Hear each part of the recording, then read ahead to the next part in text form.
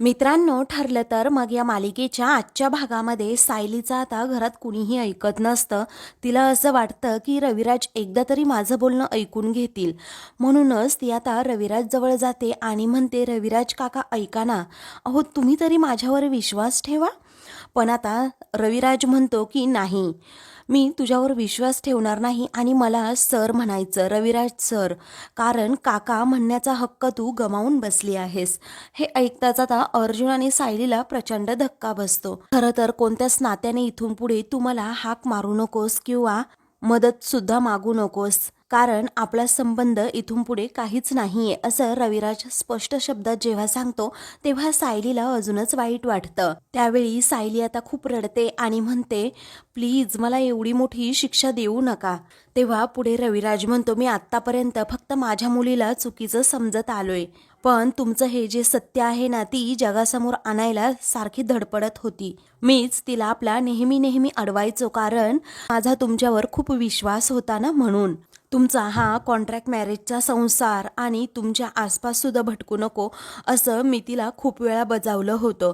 परंतु मला आत्ता समजतंय की तिने बरोबर तुम्हाला ओळखलं होतं, पण आम्ही अजून ओळखलं नाही. तेव्हा आता असं रविराजने बोलल्यानंतर सायलीच्या सर्व आशाच संपतात. कारण आता तिला असं वाटत असतं की रविराज सर तरी माझ्यावर विश्वास ठेवतील, परंतु रविराजने अविश्वास दाखवल्यामुळे आता तिला खूप वाईट वाटतं. आणि प्रिया त्याच संधीचा फायदा घेते आणि म्हणते, बाबा जाऊ द्या ना. अहो, असंही खोट्याचं आयुष्य खरंच खूप छोटं असतं. अहो, आज ना उद्या अर्जुन सायलीचा हा फ्रॉड सर्वांसमोर आलाच असता. मी योगायोगाने निमित्त ठरले ना, एवढंच. तेव्हा चैतन्य आणि कुसुम हे दोघेही खूपच रागात आता प्रियाकडे पाहू लागतात, परंतु निर्लज्ज प्रियाला त्याचं काहीच वाटत नसतं. मग नंतर रविराज म्हणतो, मी तुझ्यावर एवढा जीव का लावला होता ना सायली, मलाच कळत नाही. अगं, मी नेहमी म्हणायचो की माझी तन्वी जिथे कुठे असेल ना, ती सेम तुझ्यासारखीच असेल. त्यावेळी प्रिया म्हणते, बाबा आपण तुमचं नशीब खरंच खूप चांगलं आहे की तुमची तन्वी अशी स्वार्थी नाहीये.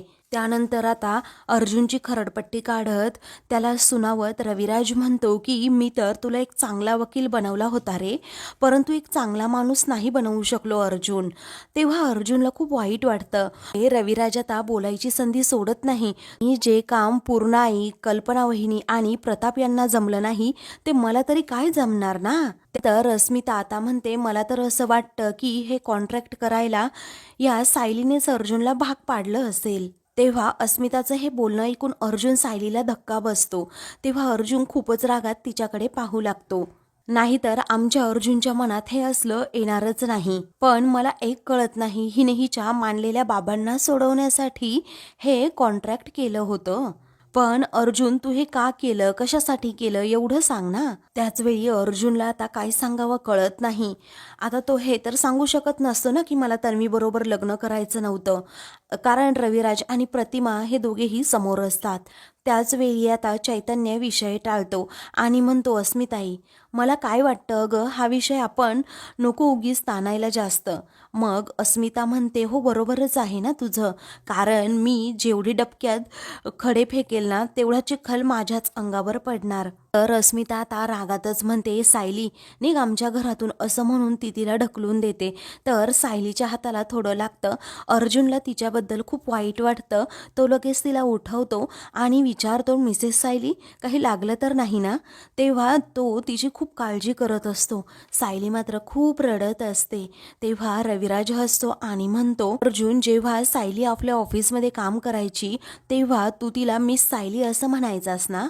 म्हणजे हा तुझा खोटेपणाचा प्रवास मिस सायलीपासून मिसेस सायलीपर्यंत येऊन पोहोचला असं म्हणायला हरकत नाही. त्यावेळी आता प्रताप विचारतो, काय रे, तू तिला मिसेस सायली म्हणायचं हे सुद्धा तुमच्या कॉन्ट्रॅक्टमध्ये लिहिलंय का.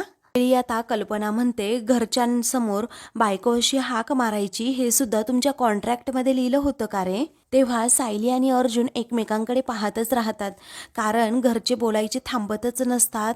एकावर एक ते आरोपच करत असतात. त्यानंतर पूर्णाजी आता बोलायच्या थांबतच नाही. मग त्यांनाही जरा वाईटच वाटलेलं असतं, कारण सायली अर्जुनने विश्वासघात केलेला असतो आणि म्हणूनच त्या म्हणतात की हे सायलीने माझ्या तळपायांना तेल लावायचं, त्याचबरोबर कधी गुलाबजाम बनवायचे हे सुद्धा तुमच्या कॉन्ट्रॅक्टमध्ये लिहिलं होतं ना. आता पूर्णाजी असं बोलल्यानंतर सायलीला खूप वाईट वाटतं, कारण तिने खूप मनापासून घरच्यांना आपलंसं केलेलं असतं आणि तिच्या वेदना आता तिलाच माहीत असतात. प्रतिमा मात्र रडत असते. तिला सायली आणि अर्जुनवर प्रचंड विश्वास असतो, कारण या दोघांची बाजू घरच्यांनी थोडी तरी समजून घेतली पाहिजे, त्यांचं बोलणं ऐकून घेतलं पाहिजे, असं तिला अगदी मनापासून वाटत असतं. त्यानंतर रविराज म्हणतो, तू तर सायली माझ्या प्रतिमाच्या भावनांशी खेळलीस. अगं, तिची खोटी मुलगी म्हणून तिच्यावर जे प्रेम केलं ते सुद्धा कॉन्ट्रॅक्टमध्ये लिहिलं होतं का गं?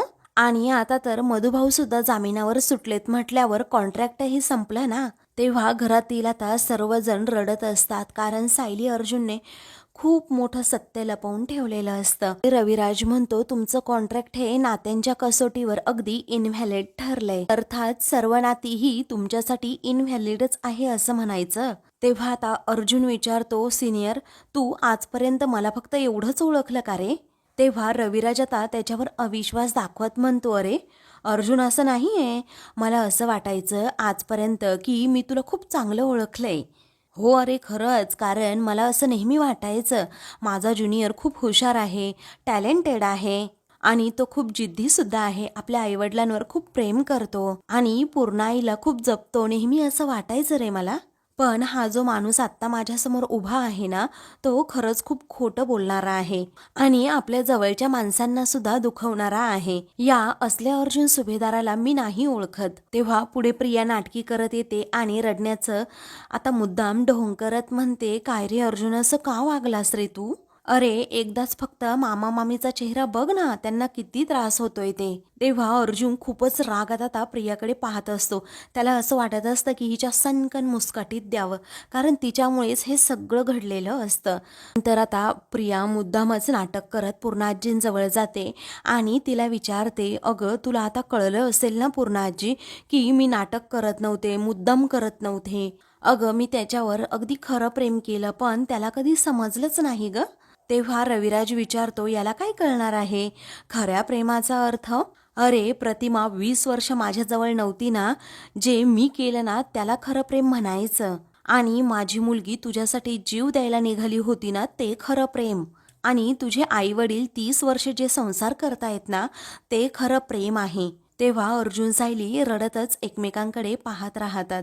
त्यानंतर रविराज म्हणतो, अरे तू तर सगळ्या प्रेमाचा खेळ खंडोबाच करून ठेवलाय आणि माझ्या मुलीची मात्र त्यामध्ये फरफटत झाली. यासाठी मी तुला कधी म्हणजे कधीच माफ करणार नाही. त्यानंतर आता प्रिया उठते आणि म्हणते, सायली, अगं तू फक्त स्वतःचा विचार करतेस आणि स्वतःवर प्रेम करते हे मला आधीपासूनच माहीत होतं. ज्या क्षणी तिने अर्जुनला आपल्या जाळ्यात ओढलं ना, त्या क्षणी मला समजलं होतं यामध्ये अख्खं सुभेदार कुटुंब हे होरपळलं जाणार आहे. तेव्हा मुद्दामच उगीच नाटक करत ती म्हणते, सायली अगो आता तरी सुधर ग, असं म्हणून ती तिच्यासमोर पार हात जोडते आणि म्हणते, तू जिथे कुठे जाशील ना तिथे अगदी सुखात राहा, पण परत अशा एखाद्या कुटुंबाला तू कधीही त्रास देऊ नकोस. तेव्हा कल्पना मात्र रडत असते, तर ही प्रिया अजूनच घरच्यांच्या मनात काही बीही भरवतीये हे अर्जुन आणि सायलीला बरोबर समजतं. त्यानंतर कल्पना आता खूप मोठा निर्णय घेते आणि म्हणते, जे झालंय ते काही बदलता नाही येणार, व आता पुढे काय करणार, कारण 1.5 वर्षाच्या खोट्या संसारानंतर सायली मधुभाऊंकडे जाणार. आता भामटी प्रिया ही सायलीकडे पाहतच राहते आणि गालात हसते. आता अर्जुनची बायको शेवटी मीच होणार असं तिच्या मनात आता येत असतं. त्यानंतर आता कल्पना म्हणते की कोण म्हणून तू मधुभाऊंकडे राहायला जाणार ग? कुमारिका, घटस्फोटिता की नवऱ्याने टाकलेली बायको म्हणून?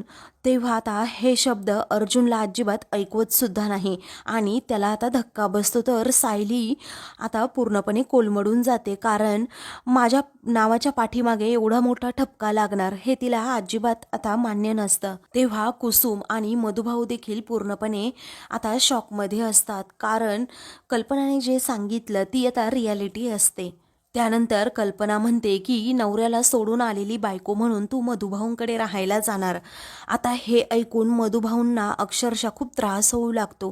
कुसुम देखील खूप रडू लागते. तर चैतन्याला सुद्धा वाईट वाटतं. सायलीला आता बोलण्याची कल्पना एकही संधी सोडत नाही. तेव्हा सायली आता अर्जुनकडे पाहत असते आणि खूप रडत असते. तर मधुभाऊंना आता हा धक्काच सहन होत नाही. त्यांना आता अगदी गरगरल्यासारखं होतं. ते एका क्षणातच खाली बसतात. तेव्हा आता कुसुम, सायली आणि अर्जुन हे तिघेही मधुभाऊंना धीर देतात. त्यानंतर सायली आता पटकन मधुभाऊंसाठी पाणी घेऊन येते आणि त्यांना पाणी प्यायला सांगते. परंतु आता ते स्पष्टपणे नकार देतात. मग आता सर्वांना जरा धक्काच बसतो. तेव्हा सायली आता विचारते, मधुभाऊ, अहो तुम्ही माझ्या हातून आता पाणीसुद्धा पिणार नाहीत का? तेव्हा मधुभाऊ आता रागातच तिच्याकडे पाहू लागतात. आणि मग नंतर सायली म्हणते, प्लीज मधुभाऊ, तुम्ही माझं एकदाच ऐकून घ्या. मी हे असं का केलं तर तुम्ही लवकरात लवकर जेलमधून सुटावेत ना, यासाठी केलं. मग मी चुकीचं केलंय का? त्यावेळी आता मधुभाऊ रागातच तिच्याकडे पाहतात आणि म्हणतात, काय ग, तू माझ्यासाठी हे केलं का?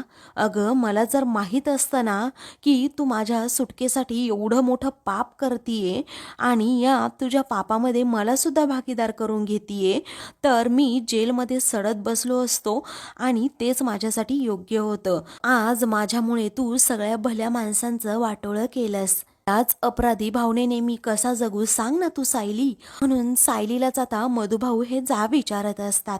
त्यानंतर आता अर्जुन आणि सायली मधुभाऊंना धीर देत असतात आणि त्यांचे हात पकडून त्यांना म्हणत असतात की माफ करा. परंतु मधुभाऊ आता ते हातच झिडकारतात आणि अजिबात सायलीकडे डुंकून सुद्धा पाहत नाही. तेव्हा सायलीला अजूनच त्रास होतो. कुसुम देखील आता खूपच रडत असते. कारण आता मधुभाऊ आणि सायलीच्या नात्यामध्ये थोडी का होईना फूट पडलेली असते. त्यानंतर खाली मान घालत मधुभाऊ हे पूर्णाईंसमोर जातात आणि त्यांना म्हणतात की या सायलीने जर माझ्यासाठी हे सगळं काही केलं असेल तर माझ्यामुळेच हे खूप मोठं पाप घडलं आहे. मला माफ करा आणि मी माझ्या मुलीवर संस्कार करायला खूप कमी पडलोय असं मला वाटतंय. असं म्हणून मधुभाऊ स्वतःच्याच तोंडात आता खूप मारून घेतात. पण आता सायलीला याबद्दल खूप वाईट वाटतं आणि अर्जुनला देखील. कारण मधुभाऊ स्वतःला खूपच त्रास करून घेत असतात. मात्र पूर्णाजी, प्रताप, रविराज हे कुणीही समोर येत नाही. तर चैतन्य, प्रतिमाला खूप वाईट वाटत असतं. ते मधुभाऊंना थांबवण्याचा प्रयत्न करत असतात. परंतु मधुभाऊ ऐकतच नाही. सायलीने असं केलं म्हणून पूर्णपणे खचून गेलेले असतात आणि स्वतःला त्रास करून घेतात. पूर्णाईंची माफी मागत असतात. सायली मात्र आता खूपच रडत असते. कारण आपल्यामुळे मधुभाऊंना एवढं भोगावं लागते हे तिने आता स्पष्टपणे पाहिलेलं असतं. आणि म्हणूनच ती आता कुसुमजवळ जाऊन उभी राहते आणि त्या दोघीही आता खूप रडू लागतात. त्यानंतर मधुभाऊ म्हणतात, पूर्णाई, मला कळतच नाही मी आता तुमची माफी तरी कशी मागू. तेव्हा पूर्णाजी म्हणतात की नकाच मागू माझी माफी. त्यापेक्षा तुमच्या या आश्रमात वाढणाऱ्या मुलीवर चांगले संस्कार केले असते ना तर ही वेळच आली नसती.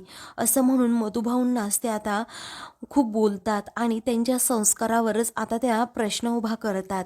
आता एक बाप म्हणून तुम्ही हरला आहात हे 100% तेवढंच खरं आहे. त्यानंतर आता सायली रिक्वेस्ट करते की प्लीज पूर्णाजी, तुम्ही मला हवं तेवढं मारा, हवं तेवढं बोला, पण माझ्या देवासारख्या मधुभाऊंना काही बोलू नका.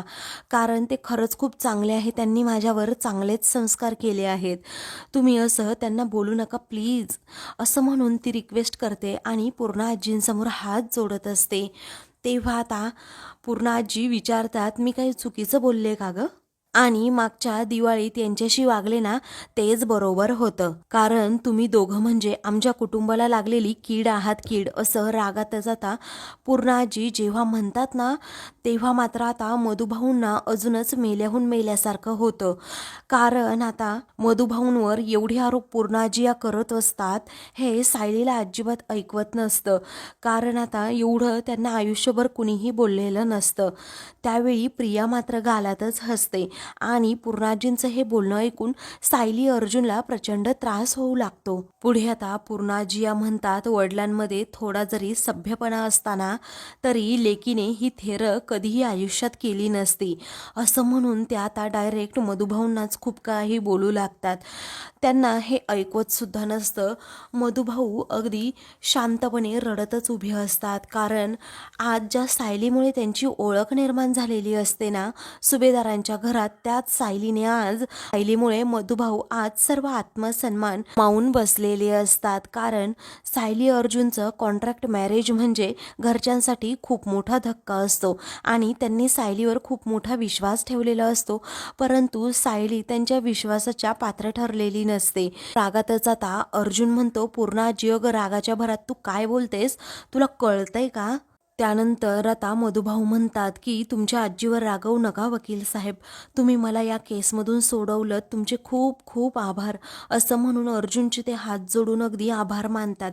अर्जुन म्हणतो, प्लीज असं परक्यासारखी वागणूक मला देऊ नका मधुभाऊ. पुढे आता ते म्हणतात, मला सोडवण्यासाठी एवढी मोठी किंमत मोजावी लागणार आहे, हे जर मला अगोदर समजलं असतं ना तर मी तुरुंगातच विष खाल्लं असतं.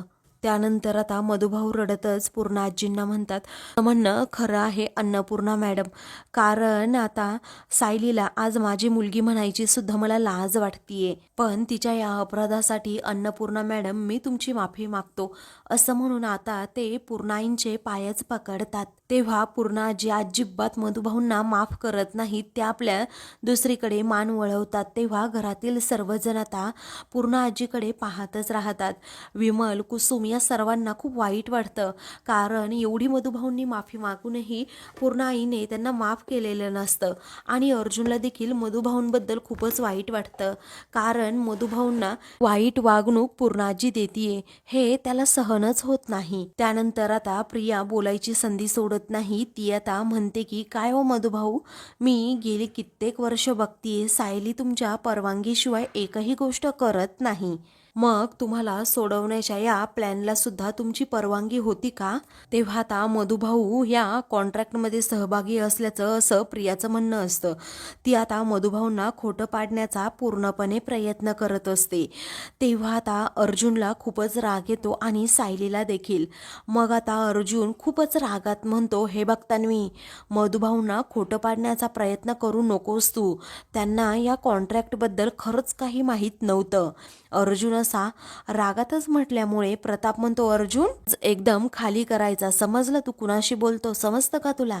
तेव्हा आता रविराज म्हणतो, माझ्या मुलीच्या विरोधात एक शब्दही बोलायचा हक्क नाहीये तुला अर्जुन, समजलं? असं म्हणून आता तोही अर्जुनवर अविश्वास दाखवतो.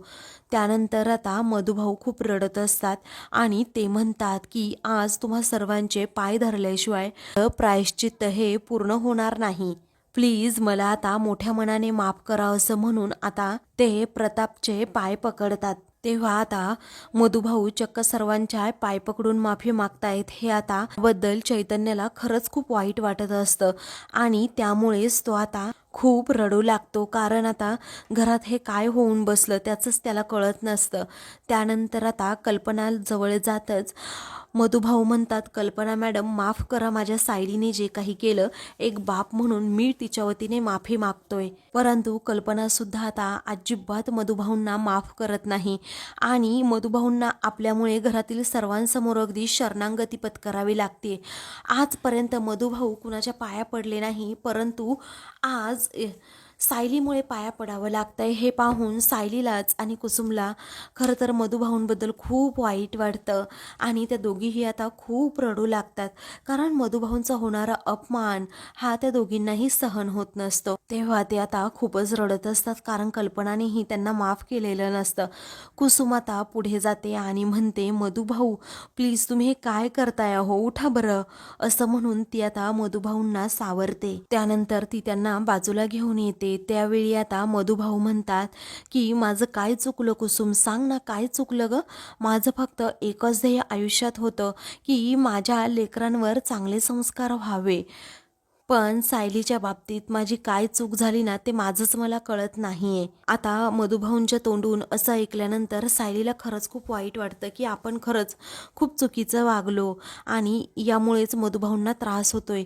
तेव्हा अर्जुन सायली दोघेही रडू लागतात आणि एकमेकांकडे पाहू लागतात. ती आता कुसुम म्हणते, चूक फक्त सायली एकटीची नाहीये, चूक ही अर्जुनची सुद्धा आहे. तेव्हा अर्जुन हो असं म्हणतो. मग आता मधुभाऊ रडतच म्हणतात, हो मला माहिती आहे चूक त्या दोघांची आहे, परंतु घरातील सर्वजण यामध्ये पूर्णपणे होरपळून निघाले आहेत, त्याचं काय. तेव्हा अर्जुन सायली घरातील सगळ्यांकडे पाहतच राहतात. तर मधुभाऊंना आता सायलीवरचा विश्वासच उडालेला असतो. आजपर्यंत सायलीवर एवढा त्यांनी विश्वास ठेवलेला असतो, एवढा तिला जीव लावलेला असतो, त्याचा खरं तर काहीच उपयोग नाही असं मधुभाऊंना वाटत असतं आणि म्हणूनच ते आता रागातच सायलीकडे पाहत असतात आणि स्वतःला त्रास करून घेत ते खूप रडू लागतात. घरातील प्रत्येकाच्या चेहऱ्यावर आता अर्जुन सायलीने हे जे काही केलं त्याबद्दल नाराजी असते, कारण या दोघांनी एवढं मोठं सत्य आपल्यापासून लपवलं याचा त्रासच घरच्यांना होत असतो. तर आता मित्रांनो, पुढील भागामध्ये कल्पना खूप मोठा निर्णय घेते आणि म्हणते की सायली आता तुला घराबाहेर काढण्याची वेळ आलीये, तू निघ घराबाहेर असं म्हणून सायलीला घराबाहेर फरफटतच ती आणते आणि म्हणते की निघ अगोदर इथून. तिला आता ती ढकलूनच देते. तेव्हा सायलीला त्रास होऊ लागतो आणि मग अर्जुन तिला पकडतो आणि म्हणतो, नाही मिसेस सायली, मी तुला नाही जाऊ देणार कुठेच. मम्मा हे बघ, चूक फक्त सायलीची नाही आहे, माझी सुद्धा आहे, मी सुद्धा तिच्याबरोबर चाललो. घरातील सर्वांना प्रचंड धक्का बसतो. वेळी अर्जुन म्हणतो चल सायली, पण आता सायली ऐकत नाही आणि ती आता म्हणते, नाही माझी शपथ आहे तुम्हाला, तुम्ही माझ्याबरोबर कुठेही यायचं नाही असं म्हणून ती आता लगेच तेथून जाते. तर आता मित्रांनो, अशाच मालिकेंचे पुढील भाग पाहण्यासाठी चॅनलला सबस्क्राईब करा.